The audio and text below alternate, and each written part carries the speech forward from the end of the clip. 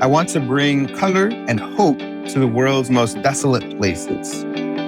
My name is Joel Bergner, and I am the co-founder and CEO of Artolution, a nonprofit organization, and we focus on collaborative arts-based programs in places like Syrian refugee camps in Jordan, Uganda, and also the United States and different marginalized communities.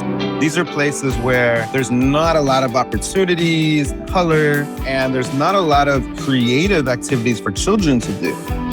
Providing this platform for refugees allows them to take control of their own narrative, to be able to share their own stories, and also to shape their own identities and decide, who am I?